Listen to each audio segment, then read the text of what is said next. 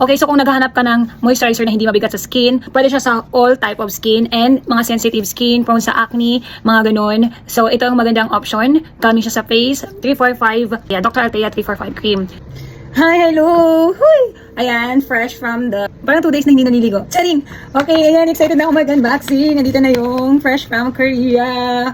Thank you so much, Kwai Kwai. Thank you so much, Laupan. Ayan, ang dami-dami. After 2 to 3 months, dumating ulit yung moisturizing cream natin na Holy Grail. Go!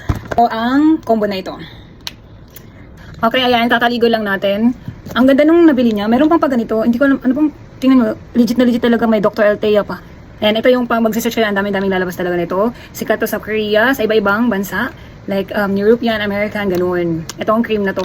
Tsaka before ito na talaga wala na. Ang tagal na na-stop, parang mga 2 months na. So napabili ulit tayo and meron pa tayong sa box. Ayan, meron pa ito. Sa Korea may pa-free pang ganyan. Ano to pang ganyan? So wala pa akong ginawa nilagay sa skin. Since hapon na, mga pa 6 na 5 plus na, nag-lip tint tayo and maglalagay na ako ng mga skincare. Ito, nilalagay ko to bago matulog. So, since hindi na ako alis, maglalagay na ako, mag-apply ako. And ipapakita ko sa before and after. Yung skin ko ay sobrang lalaki ng mga large pores talaga siya, Ayan. Ngayon, meron pa akong mga pores, madami-dami pa. Pero compare dati, sobrang laki ng pores. Parang malalagyan siya ng balon. Ayan. Okay. Yan yung skin natin. And ito lang yung ginagamit kong serum. Dito sa Taiwan gumagamit akong serum na to. And ito ang 345 cream moisturizing cream Dr. Althea. Ayan. So gagamitin natin and ipapakita ko sa iyo while gumagamit yung before and after natin, yung grabe pa yung skin natin. So as of now, ngayon ganyan naman yung skin natin. So hindi naman perfect pero pwede na. May ginagamitin akong moisturizer ng pang-umaga at hindi lang ito. Pero pag bago matulog, ito talagang ginagamit ko kasi pagising, parang wow, ang ganda, fresh na fresh.